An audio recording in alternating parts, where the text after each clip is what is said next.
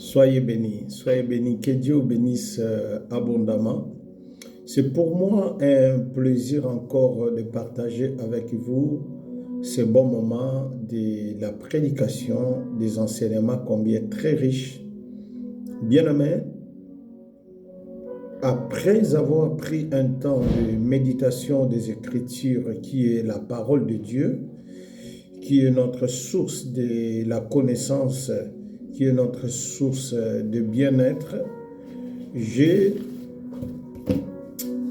été convaincu de partager avec vous une série des enseignements combien riches, importants pour les chrétiens que nous sommes et pour les hommes de Dieu que nous sommes et pour l'Église, corps du Christ d'une manière générale. Vous savez, bien-aimés dans le Seigneur, nous sommes au temps de la fin. J'ai toujours dit, les dons les plus glorieux à ces temps de la fin, c'est les dons de discernement des esprits. Vous serez d'accord avec moi que nous sommes au temps de la fin. Et avant que nous puissions aborder les sujets en question, je vous demanderai de m'accorder quelques minutes et que nous puissions recommander ce moment à Dieu notre Père par la prière. Prions. Seigneur notre Dieu, nous te disons un grand merci pour ce moment combien riche, pour ce moment combien bénéfique pour l'Église corps du Christ, pour ce moment combien éternel notre Dieu important pour mes frères et mes sœurs qui vont suivre ces vidéos. Père, que cette parole que nous allons écouter puisse réveiller en nous l'esprit des discernements afin de nous permettre de comprendre ce qui se passe dans les églises, dans le monde et dans nos propres vies pour que nous soyons du jour au jour éclairés. Que la lumière de la parole éclaire nos âmes, éclaire nos esprits pour que nous soyons toujours prudents face à plusieurs choses que nous subissons sur cette terre des humains par ignorance. Il est écrit, mon peuple périt par manque de connaissance. Et voici ce moment de la connaissance. Sois béni au nom de Jésus-Christ. Amen. Sois béni. Bien-aimés, comme je disais tout à l'heure, nous sommes au temps de la fin. L'Église a besoin d'avoir l'esprit de discernement pour comprendre comment ça déroule ce monde. Et ainsi j'ai inspiré par l'Éternel, pendant un temps de la méditation, le Seigneur m'a inspiré un sujet très important qui va nous permettre d'ouvrir les yeux spirituels, de comprendre la réalité des choses au sein de l'Église corps du Christ, au sein de l'Église universelle, l'Église du monde entier, au sein de la vie quotidienne, sur la vie quotidienne, la vie de tous les jours. Il y a des choses qui se passent qui se passent dans l'Église, il y a des choses qui se passent dans nos vies, dans nos familles, dont nous n'avons pas la capacité de comprendre, nous n'avons pas la capacité de résoudre certains problèmes sans l'aide du Saint-Esprit. Et voilà le Dieu de la Bible qui nous aime, le Dieu de la Bible qui m'aime et qui nous aime tous, le Dieu de la Bible qui t'aime, a permis que tu puisses suivre ces vidéos afin de pouvoir te permettre d'être encore de nouveau éclairé. Comme David a dit, ta parole est une lampe à mes pieds. Ta parole est une lampe à mes pieds. Voilà pourquoi, bien-aimé, la parole de Dieu va t'éclairer pour mieux marcher. La parole de Dieu va t'éclairer pour bien gérer ta vie sur cette terre des humains avant ta mort ou avant l'enlèvement. Parce que Jésus revient bientôt, n'oubliez pas. Nous attendons le retour des grands rois, de ces grands rois qui va se manifester avec toute la gloire, toute sa gloire, pour que nous puissions aller au ciel, adorer auprès du Père avec lui. Que le Seigneur vous bénisse. Depuis quelque temps de la méditation, comme je disais, le Saint-Esprit m'a inspiré. J'étais en train de regarder un film. Et pendant que j'ai regardé le film en question au cinéma avec mes enfants, le Seigneur a commencé à me parler à partir de ces films que nous étions en train de regarder. Voilà pourquoi j'ai toujours dit, nous les hommes spirituels, nous les enfants de Dieu, nous les hommes de Dieu, parfois nous sommes en face des choses, nous ne regardons pas les choses de la même manière. Nous n'avons pas tous la même compréhension face à des situations qui nous arrivent. Nous n'avons pas tous la même réaction face à des situations qui nous arrivent.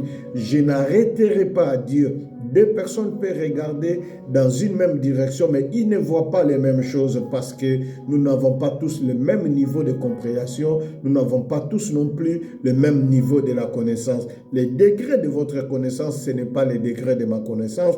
Voilà pourquoi la parole de Dieu, la Bible, nous dit clairement que nous connaissons tous en partie. Ce que vous connaissez, peut-être moi je l'ignore. Ce que vous maîtrisez mieux, peut-être moi je ne le maîtrise pas. Voilà pourquoi il est très important, étant chrétien, étant enfant de Dieu, un moment, mets tes oreilles pour écouter ce qu'un homme de Dieu, ce qu'un autre pasteur, ce qu'un autre serviteur est en train d'enseigner. Si vous êtes convaincu que ce qu'il est en train de dire, c'est bien la parole de Dieu, il faut rester attentif parce que à travers de ça, Dieu peut vous révéler beaucoup de choses.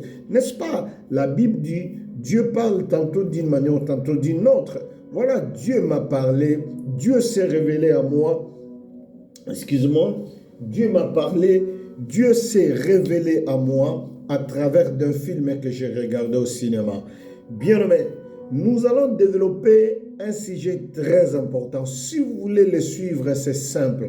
Allez sur notre compte YouTube, abonnez-vous sur Leader Vision TV. C'est là-bas que nous allons mettre les séries de notre enseignement jusqu'à ce que nous allons le finir. Mais dans toute la Bible, il y a ces choses que nous allons développer. Les grands thèmes que nous allons développer pendant ce temps, à chaque fois que nous ferons notre vidéo, nous allons le publier sur Facebook, nous allons le publier sur notre compte YouTube.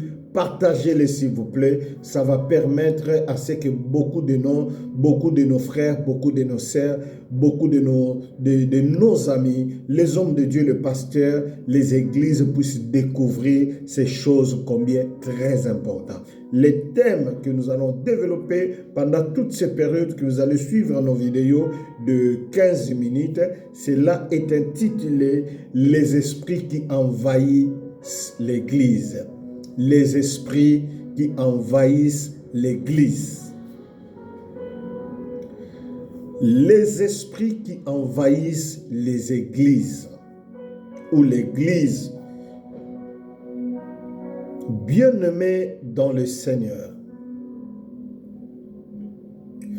le temps où nous sommes, c'est le temps de la fin. Nous sommes au temps où le Seigneur a dit, dans les derniers jours, il y aura des temps difficiles. Nous sommes au temps où le Seigneur a prédit qu'au dernier jour, les faux prophètes et les faux docteurs enseigneront des doctrines de Satan.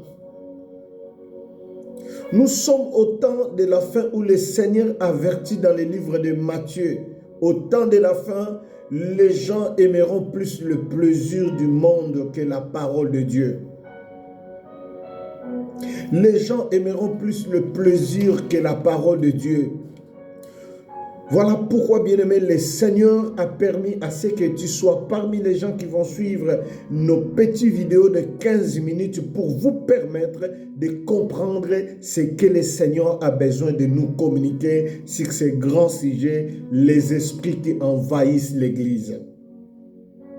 Premier esprit que nous allons développer, cet esprit qui envahit l'Église de Jésus, nous allons développer un enseignement sur l'esprit de Caïn. Deuxième esprit que nous allons développer, qui envahit l'Église aujourd'hui, nous allons développer sur l'esprit de Jézabel. Et troisième esprit que nous allons développer qui envahit l'Église, nous allons parler sur l'esprit, un esprit très répandue à l'église où beaucoup de gens ignorent sa présence et sa présence affaiblit la croissance numérique de l'église,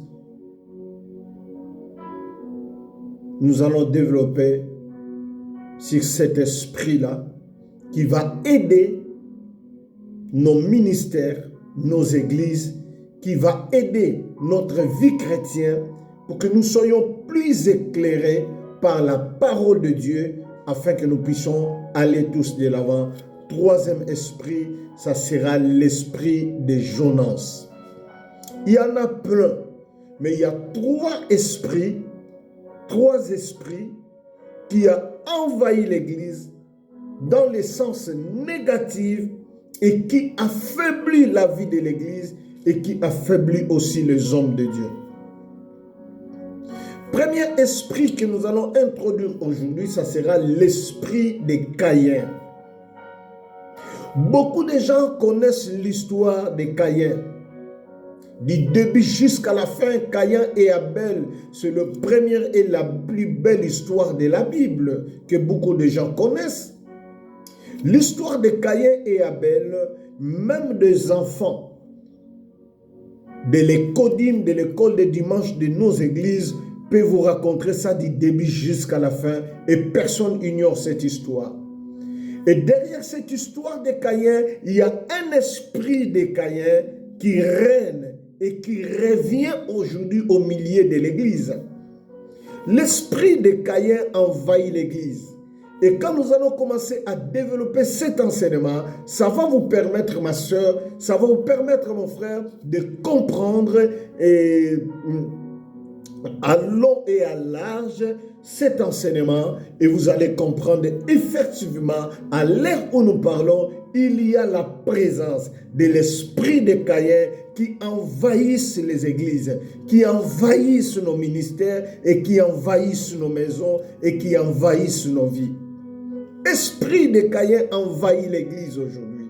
Esprit de Caïn envahit nos ministères.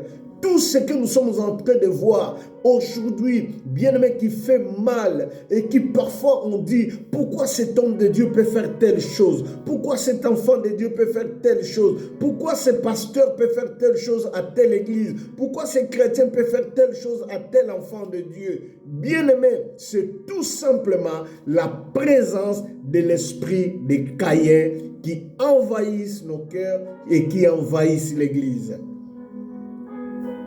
L'histoire le plus touchante de l'Ancien Testament. L'histoire le plus touchante de l'Ancien Testament, pourquoi? Parce que c'est pour la toute première fois de l'histoire de l'humanité, un homme peut tuer son propre frère. C'est pour la toute première fois de l'histoire de l'humanité, nous allons remarquer un homme qui va tuer son propre frère. Son frère de sang.